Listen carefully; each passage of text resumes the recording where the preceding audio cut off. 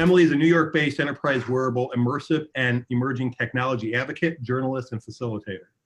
She's head of content and lead writer at BrainXchange, which is a boutique conference company that organizes the biannual Enterprise Wearable Technology Summit, which just so happens the next one's coming up in October. She's also the manager, lead journalist, and senior editor of the EnterpriseWear Blog, the leading resource for new realities and all things wearable in business and industry, and leads marketing and communications for AWE USA and AWE EU. She writes about emerging technologies for industrial enterprise applications, including wearable technology, augmented reality, and virtual reality for improving enterprise efficiency, productivity, safety, collaboration, and design. So as I said, if you haven't checked out the BrainXchange, which is brainexchange.io, I highly recommend that you do it. And as I mentioned, they are a sponsor for the Enterprise Wearable Technology Summit, which is being held this year in Austin, Texas, between October 9th and 11th. Welcome, Emily. And by the way, if you have any questions or comments, please feel free to ask them in the chat room, and Emily, I'm sure, will be happy to answer them. Yeah, thank you for having me. Oh, no, you're absolutely welcome. This is my pleasure. One of the things that I want to talk about is let's start out with just EWTS 2018 for a minute, which myself and the rest of the GoldenEye team will be there with the GoldenEye Infinity Smart Screen booth 37, shameless plug. But, well, you know, you got to plug it, right? Yeah. But what I'm interested in knowing is really how this kind of developed. How did this evolve? Now you're getting this following of techies and people interested in the wearable space coming to the summit, and more importantly, what can people expect at this year's show? Okay, so to say where EWTS came from, I kind of have to talk about our company, BrainXchange. We started it in 2015.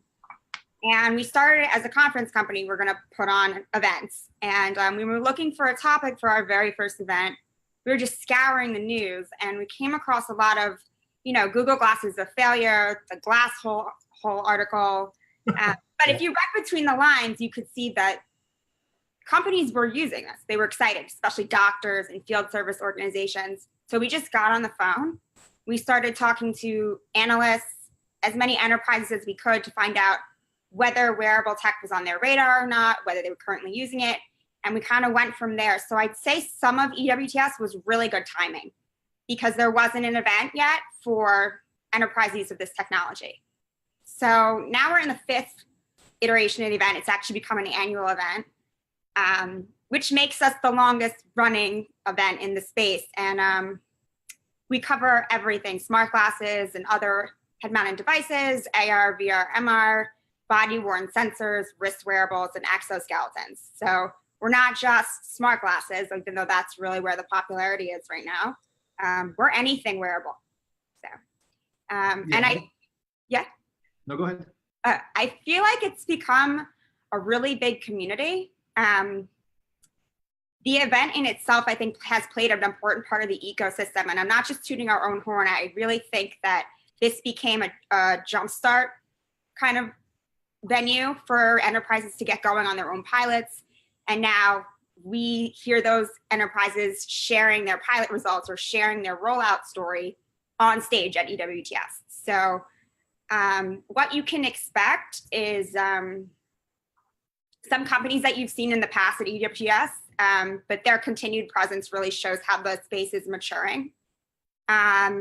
Those companies that attended a few years ago that are now coming back to speak about their pilots.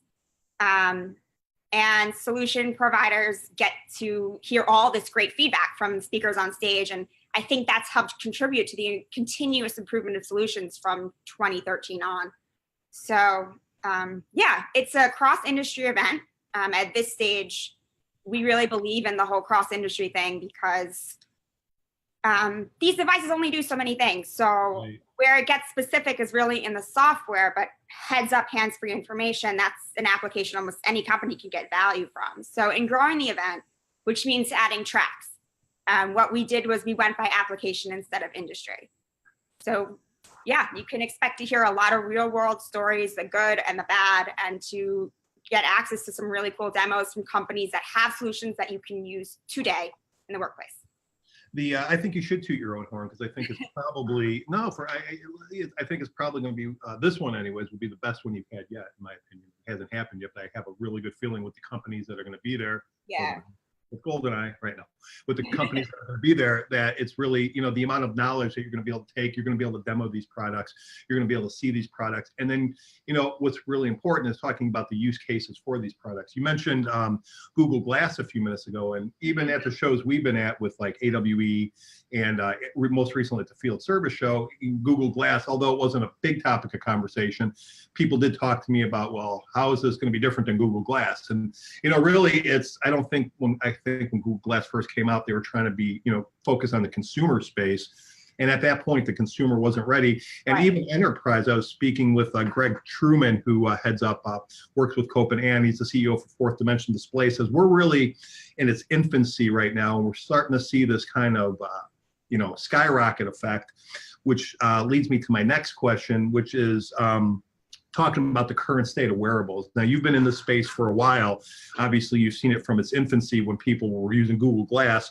But really, what is the current state of wearables, in your opinion, in the enterprise space? And what can enterprise organizations expect as we continue to mature and evolve? So I wouldn't say we're in those early stages any longer. A lot of companies that were in pilot purgatory, it's giving way to some real rollouts that you're reading about. Big companies like GE and Walmart are using these devices in multiple ways across their business, across the globe. So I don't think at this point there's any longer any doubt about the future of wearables and enterprise. The form factor really it makes a lot of sense, and the technology answers a lot of pain points common to most companies. But I think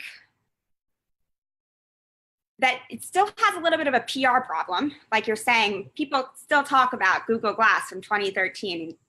Google put a product out on the market.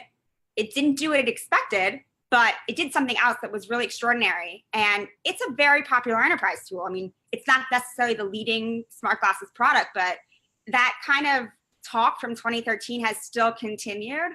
I think, though, in the last year, especially with the release of things like ARKit, Oculus Go, I do think some of this is coming more into the mainstream.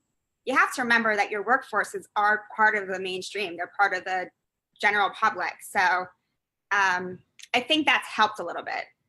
So what are you seeing in terms of adoption? So I think there's a lot of companies out there right now that are kind of blurring the line between consumer and enterprise, and they're not really sure what their message is or what their audience is. They're trying to be all things to all people. Mm-hmm. In terms of the devices and the technology that you're seeing, can you talk about how an enterprise can differentiate between what's more consumer grade, like maybe a VR tool, as opposed to an AR or MR mixed reality tool? There aren't really that many VR and AR consumer tools that are popular. I mean, Oculus Go, yes, is the first real, I think, popular consumer product. It's the first VR product I bought myself. Okay. But I think as far as the companies at EWTS, they're all enterprise solutions because that's where the market is. Consumers, and especially for consumer-facing industries like retail, travel, there's a lot of confusion. It's somewhat of a waiting game. I think awareness is rising, but the technology is not really there in the consumer space. So what you're seeing as far as smart glass options and really good software, mature software companies, they're all enterprise because that's where the market has been. You mentioned pilot purgatory, and it seems that everybody that that I was speaking with, we've talked about this black hole called pilot purgatory, and where these companies want to try it, they want to adopt it. But you've written on your blog about some companies that are really taking this and not so much, in my opinion, maybe aren't in the pilot purgatory where they're actually using this. They've actually rolled it out across the enterprise. What are your thoughts on that? How can companies kind of go into this, manufacturers and the organizations that they're trying to sell into? How can we prevent the pilot purgatory? I was actually just speaking to a solution provider and asking some of these behind the scenes questions because I'm very curious. We talk to enterprises every day on the phone, but I don't really hear a lot about what was the adoption process? Like, who did you go to first? Was it a software person? Was it a hardware company? How did the software get involved? And so I've been talking about that a lot. And what I've found is The two biggest mistakes are not identifying a good use case, something that's actually viable, not really matching the technology to a real, immediate, practical business need, and taking too much time.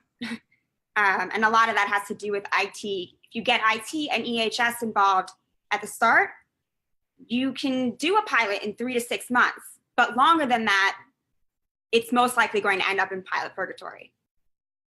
Yeah, when at the field service show that we just came back from, one of the biggest challenges that a couple of the companies and organizations that were trying to implement this said was that, yeah, we're all about this because we get a better ROI, you know, it makes sense, it helps with training, it helps with kind of the aging workforce, field service, the aging workforce, the retiring aging workforce is really big. But then they said getting our users to adopt it because they're like they feel like it's clunky, it doesn't work, they don't want to wear a computer on their head, and I think that's the obstacles they have to overcome. And I saw a couple articles that you were kind of alluding to and talking to that, but as manufacturers or people, do you see that as being a problem? Do you think people really want to wear something big on their head in terms of usability? Well, thankfully, the devices are getting better. Slowly, but surely they are getting more efficient. And again, at events like EWTS, I think the solution providers, the hardware companies, really listen to enterprise complaints. I think that we've seen some of that feedback incorporated into 2nd gen, 3rd gen models. But it's change management. A lot of the articles I wrote, I think that you're mentioning, are all about how the user should be king.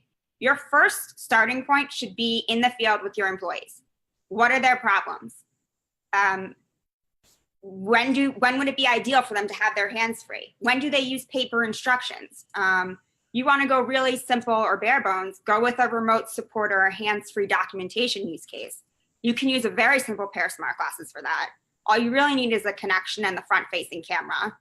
And I think that is where I see the most success, or in those use cases. But if you don't get your users involved in the start, especially well-respected long-time workers in your company, again, that's another source of pilot purgatory or it never taking off. Your users need to see the value of that technology during that pilot, or they'll never use it. No, I think that makes sense, and I think that's our job as manufacturers to kind of educate, because they're really. I think that everybody is saying, hey, buy this, this is awesome, let's buy this, but we're not educating those people. And that's one of the things that I really want to do. And one of the reasons why we're even doing Facebook Live is what I'm trying to do is educate people so that when they come to our site or they're watching live now, when they come to the site, that they can get some information to help them make decisions. And right now, I mean, if it wasn't for your blog, in fact, when I started with GoldenEye, when I started searching for, let me see what's up there, your site was the ipso facto thought leader in the space. So it's a great, like I said, it's a great. I can't speak highly enough about it. It's a great blog. Thank you. Yeah. No. I was an art history major, so that should actually tell you something. This technology, like I always joke, I can't tell you how augmented reality actually works. I couldn't build an augmented reality headset, but I can tell you how your company should use it, because once you see the difference between an employee taking a tablet and going to work and putting something on their head and looking straight ahead while they work, it's revolutionary. It makes sense. That's the thing, it makes sense. So that's why I've always believed in the technology. And oftentimes companies, if you just talk to your employees, you'll find use cases from talking to them. Maybe don't think about your use case right away. Maybe just, poll your employees. I know GE, they have a lot of companies are starting to do like an innovation hub where regular employees can come from different areas of business and check out some devices. They're the ones in the field every day or on the job, on the factory line, doing this work. They're most likely, once they see what the technology can do, the best to match it to one of their own problems every day.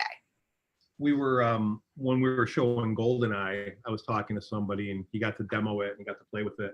And all of a sudden he started like, hey, what can it do this? Can it do this? Yeah. And it's so funny that we sometimes can't get out of our own swim lane. Or companies, they're selling people what they think, they're selling a solution that they think people want. And reality is these devices probably can do a lot more than even we're thinking about. And that's really a great point, is getting them in there and saying, hey, we can use this for this, you know, and or this one, I would buy it just for this. You know, I think it's fascinating.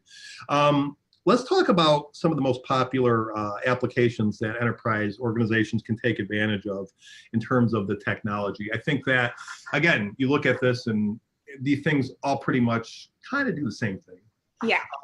But in terms of, can you talk to us a little bit about the advantages that you've written about or that you've seen that really encompass wearable technology and really start the conversation? Yes. So I often focus on applications in my blog instead of use cases, because I think these applications, again, span every industry. So what I've seen is kind of the 5 or 6 main applications: heads up, hands-free information, whether that's data from ERP, or it's work instructions, or it's information that's being fed to you live from an expert elsewhere. That hands-free, hands-on work, heads-up information in context, on demand. That was really where the first big use cases came from, the remote support and the hands-free information. Now I'm seeing a lot of design visualization. That definitely started in the AEC industry because they already kind of had the data, the BIM data for it. But everything now in design: conception, collaboration, communication, showing consumers design so that they can understand it in the same way that the designers do or the engineers do. Even planning the layout of a factory or a new workplace, a lot of that, or a job site. You know, you never think about the fact that they have to fit a certain amount of equipment on a job site, and sometimes the equipment arrives and they don't know how to get it in. So being able to foresee problems like that just because you're planning it out in virtual reality or in augmented reality. The other huge one is training.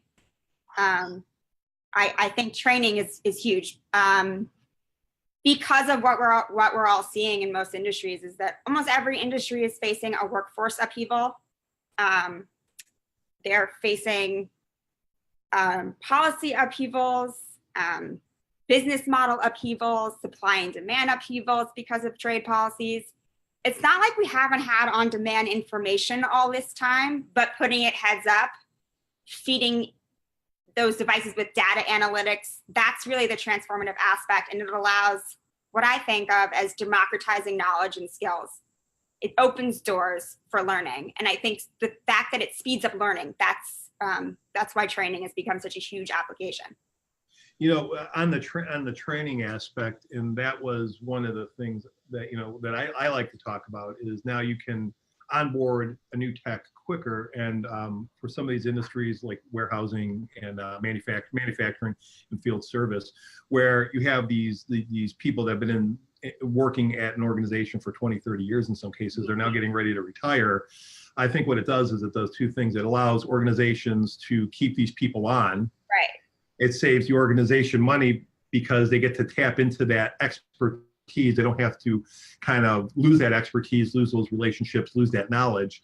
And then they can bring on newer reps, and instead of just doing, or newer techs rather, instead of just doing a classroom activity and kind of working with models, they can do classroom activity and send that person into the field. I talked to somebody who was a tech, and he says, here's my problem. He was a newer tech. He had probably about 2 years of experience. He said, I don't want that to make me look stupid, right? He goes, if I have to, I said, well, why would it make you look stupid? He says, well, I want people to have confidence in me. And if I'm talking to an expert, I said, well, that's one way to look at it. Or the other way you can look at it is like, hey, Mr. Jones, if I'm in the field, I now have somebody that had 30 years of experience. We can get this job done a lot quicker.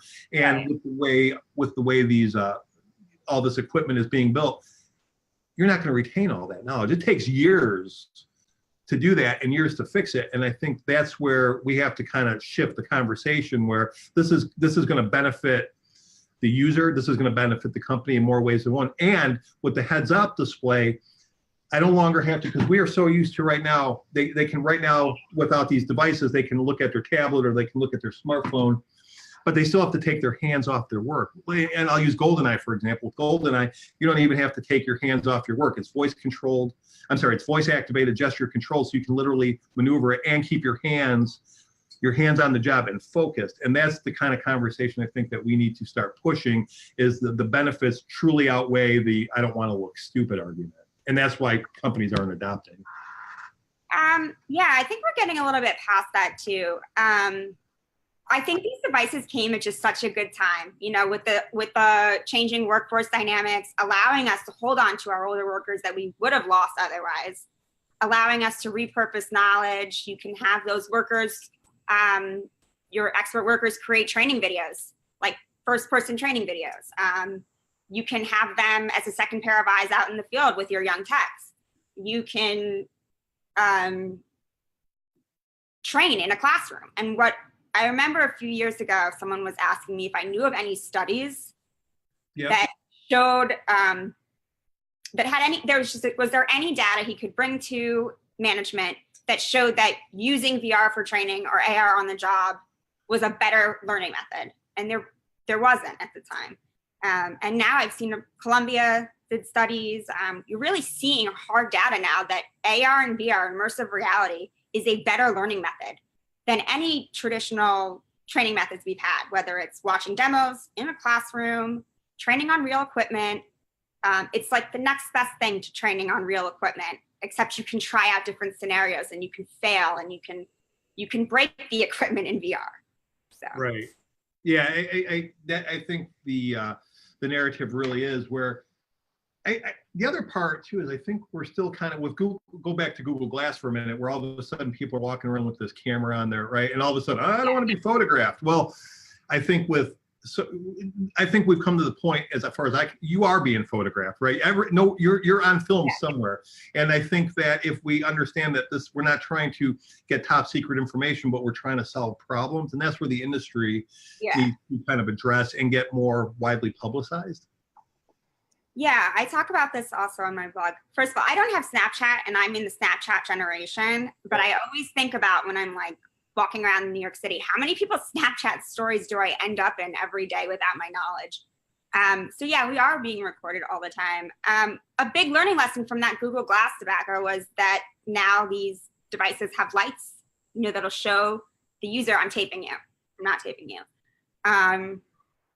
So like that's an example of feedback. Like the negative comments, the complaints, the failures, they're really important for the progression of this technology, which is why we always encourage companies to talk about the good, the bad, the ugly at EWTS, because those solution providers are in the audience. They're going to take what you said to heart. I always say that, again, user is king. You really need to have that discussion with your users. I'm not trying to spy on you by putting this body-worn wearable device on you. I'm just trying to track your heart rate so I can save your life. That kind of conversation that you need to have. Once they see the benefit, like, okay, I have elevated body temperature levels and I'm alerted in real time and I'm told to take a break. Or I get to use these exoskeletons. They look absolutely ridiculous, but my back doesn't hurt at the end of the day. I can lift my child when I go home from work. If they just need to see it. And again, it's that whole idea of bringing users, bringing IT, and bringing EHS in from the start, not afterwards. You know, I always say that, you know, people love their phones because there's a GPS, and I said, you're already being tracked. Like, you think this is for your benefit? No. There's no privacy anymore. and there is none. And again, reputable companies, and they're going to have policies, or they're going to be creating policies that make sure that this is used the way it's supposed to be used. And that's where I do see a benefit, and I do see that more and more people are becoming accustomed to it. And I think we can really credit a lot to, like it, love it, or hate it, Pokemon Go, where all of a sudden you see people walking around the street searching for these crazy little Pokemon. But that really brought a lot of exposure. And even going into the App Store right now, where you're seeing all these AR games and all these really cool things that are like, oh, this is really cool. Yes, and so I think that's where the adoption is going to help push, you know, companies to take advantage of this, and also help them move them quicker out of the pilot, quote unquote, pilot purgatory. Right. Again, because your new largest labor pool is millennials and Gen Z, so they're growing up with this technology now. And I share millennial anxiety in that the skills we learn now, they don't last as long as they used to, because technology is constantly changing. So you might, you know, VR train for using one piece of equipment that 2 years later is replaced with something else. Or your job is taken over by some other gig economy type thing. So I understand that. Now that I work on AWE as well, I often think about what would it take for me, myself, to use smart glasses in my everyday life. And so, I mean, I'm a loser, I guess. I don't think about games. I think about like going to the grocery store and seeing nutrition information pop up as I'm shopping, or, you know, I'm very clumsy. So just being able to look at navigation directions, like while looking straight ahead instead of down at my phone is just revolutionary. And we're starting to see those highly practical consumer applications as well. Absolutely. In fact, when we were at AWE, I was showing somebody, and I said, he asked about, can it scan barcodes? And our unit does. And he said, well, I had a water bottle, and he scans the barcode, right? He literally said, scan barcode. And all of a sudden, he knew everything he needed to know about this water right here, which was, and it's kind of like this, like, wow. And it's something that we take for granted, but there are a lot of applications, and there is going to be a lot of crossover. And again, it's not like we've never had access to on-demand data before. You know, you can look up anything at any moment in time on your phone. It's just putting it in front of your face and freeing up your hands. That's just the transformative, revolutionary part of all of this. Absolutely. And I think once we, you know, our CEO, John Fan, likes to say that, you know, it really, we have to make them ergonomic. We have to make them want to use it. We have to make them accessible, lightweight. You know, some of these units out there are fairly heavy right now. We have to scale it, but we always have to put the user first. And we always have to think about how would they use it, and so that it doesn't encumber somebody's motion or somebody's vision, and making sure that, because I don't think anybody, we have a PlayStation VR at home, and there'd be no way I'd be walking around the street with this full-fledged helmet on, right? It's, you know. Let me ask you a question. So, and I found this article interesting. It was, you wrote an article or a post called it was about the digital resistance in aviation, or I'm sorry, the digital renaissance in aviation and aerospace. And you wrote about a talent gap and the need for fast, low cost training that we spoke about. You had mentioned manufacturing, aviation, and aerospace as industries that are dealing with the skilled labor crunch as workers retire and leave the workforce. And you had some interesting use cases for that. Could you just kind of, maybe if you have it off the top of your head, I'm probably reaching here, but off the top of your head, some of the successes that some of these companies have seen by implementing some of these AR devices? Yeah, so we're definitely in the midst of this, like, another kind of industrial revolution, and it's not just aviation and manufacturing, it's every company. And of course, it's not happening, doesn't feel like it's happening as fast as you would read about it in the school textbook, you know, 20 years from now. But every industry right now is experiencing these workforce upheavals and data. There's so much data nowadays. So I think those are the two things we're really responding to. The fact that we're not as productive as we could be, and we're fastly becoming, like, the future looks bleak with the fact that our workforces are retiring at a faster rate than we can replace those positions, and that there is so much data and we don't know what to do with it.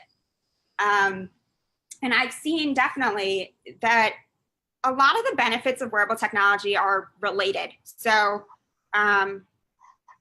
being able to train on the job, that improves productivity and also helps with training. Being able to keep your expert worker in the office and put a new tech out brand new and have someone guiding him, and also having step-by-step instructions right up in front of him. Again, that's training on the job, no loss of productivity, no downtime, and no travel. So we're seeing a lot of these things blend, I guess. The benefits kind of blend and help each other. I really think that a great first use case is just taking something paper-based in your company, paper pick list, paper inspection list, whatever it is, and putting it in front of your face. It's low-hanging fruit. Yeah. So I see that these are, what we're starting to see is that the benefits really overlap, because, again, smart glasses only do so many things. So maybe in one area of your company, you're going to be using it for documentation. You're going to be taking photos in real time or sending videos in real time. In another part of the organization, you're using a more advanced AR software, and you're viewing, equipment assembly diagrams or something. So that's kind of, again, like you said, there's so many possibilities. It's really only our imaginations that are somewhat limited. No, you're right, and I appreciate you taking some time. One last question for you? Can people still go to? Can people still sign up to go to if they're interested in going to the show in Austin? Yes. So this year we did expand the event. So we are reaching capacity though. We like to keep our event small and intimate, valuable to everybody who's there. So there are tickets, but I really wouldn't wait because at some point, like every year before, we do sell out. Excellent. Emily, I appreciate you taking some time to talk with us today. Oh wait, I think we have a question. Okay. You have time for a question? Yeah. Mm-hmm. Excellent. So PC and mobile have moved to standard operating systems like Windows, iOS, Android, etc. Wearable devices are generally priority. Do we need similar standards for wearable devices to achieve mainstream market success? Yes, definitely. And that's definitely one of the reasons that smart glasses and other wearables aren't being used as frequently or as strongly, and it's not become as mainstream in enterprise because there is a lot of integration problems. Like I said, with these simple use cases that I'm seeing that are really successful, they work around that, right? So it's a separate wireless connection maybe, so they don't have to worry about security. But I think companies are making strides. I know RealWear and VMware AirWatch, they just made their device compatible with that MDM. So a lot of it is updating old device management policies, security policies, privacy policies to include these new technologies, and also figuring out how to get them all in common systems, integrating them not just into your ERP, but into your MDM that you already have. That actually leads me to a question. I don't know if you can answer this.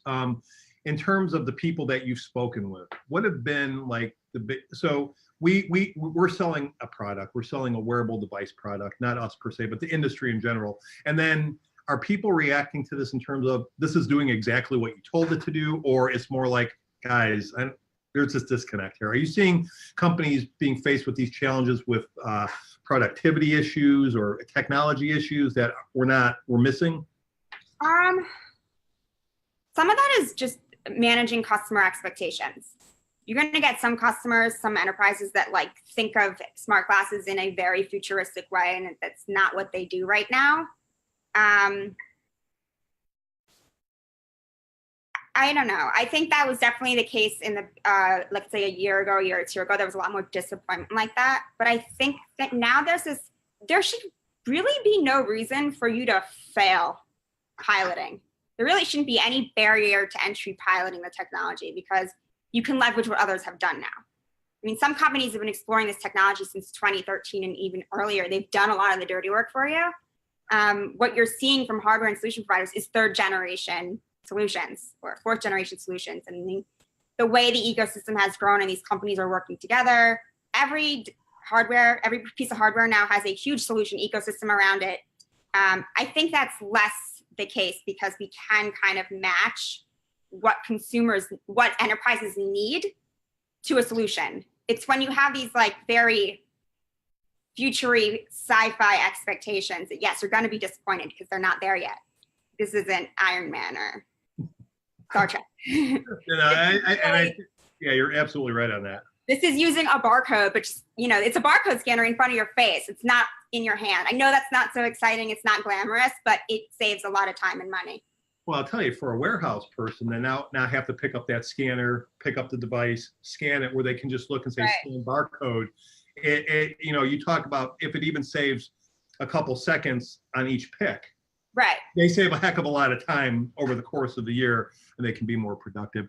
Emily, I appreciate your time. We're out of time, but I appreciate you taking the time. Are you going to be in Austin at the show? Yes. Whenever you check in, you will see me. Excellent. I'm looking forward to talking to you. I appreciate it. Hey, check out BrainXchange.io. If you are and you're interested in the event in Austin, Texas, go to the website. You can check that out. You can get tickets. I'm excited. This is going to be a really, really cool event. Yeah, it is. Yeah, it really is. Emily, Emily, thank you so much, and I'll see you in a few weeks. Great. Have a Thanks good much. one. Bye-bye.